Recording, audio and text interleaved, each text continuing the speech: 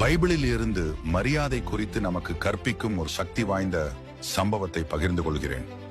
2 ராஜாக்கள் 2ஆம் அதிகாரம் 23, 24 வசனங்களில் சொல்லப்பட்டபடி தீர்க்கதரிசி எலிசா பெத்தேலுக்கு பயணம் செய்து கொண்டிருந்தார்.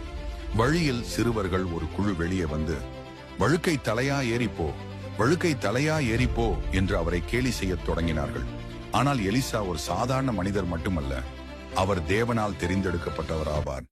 அவர் திரும்பி அவர்களை பார்த்து கர்த்தருடைய நாமத்தில் சபித்ததாக வேதாகமம் கூறுகிறது.